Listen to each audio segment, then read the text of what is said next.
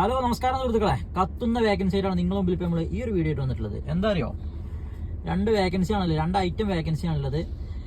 അപ്പോൾ അതാദ്യം തന്നെ പറയാം. ഫസ്റ്റത്തെ വേക്കൻസി എന്ന് പറഞ്ഞാൽ ഒരു ഹൗസ് മെയ്ഡ്, ഒരു ഭാര്യയും ഭർത്താവും അടങ്ങുന്ന ഒരു ഹൗസ് ഡ്രൈവറിനെ വേണം. അതായത് ഭാര്യ ഹൗസ് മെയ്ഡായിട്ടും ഭർത്താവ് ആ വീട്ടിലെ ഡ്രൈവറായിട്ടും.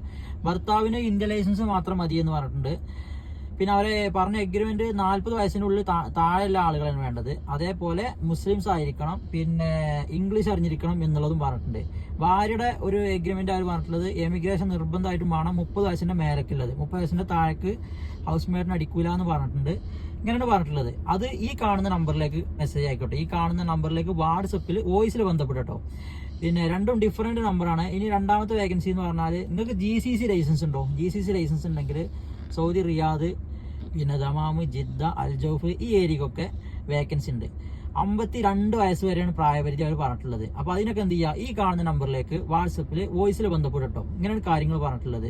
പിന്നെ കഫീൽ വിളിക്കും, പിന്നെ നിങ്ങൾക്ക് പറ്റുകയാണെന്നുണ്ടെങ്കിൽ മാത്രം പോയാൽ മതി എന്നുള്ള കാര്യങ്ങളൊക്കെയാണ് പറഞ്ഞിട്ടുള്ളത്. അപ്പോൾ അത് ഇൻ്റെ നമ്പറല്ല, ഇത് വേറെ ആളുകളുടെ നമ്പറാണ്. അപ്പോൾ നിങ്ങൾ എന്ത് ചെയ്യുക, വാട്സപ്പിൽ തന്നെ മെസ്സേജ് അയക്കാൻ പറ്റുമെന്ന് നോക്കുക.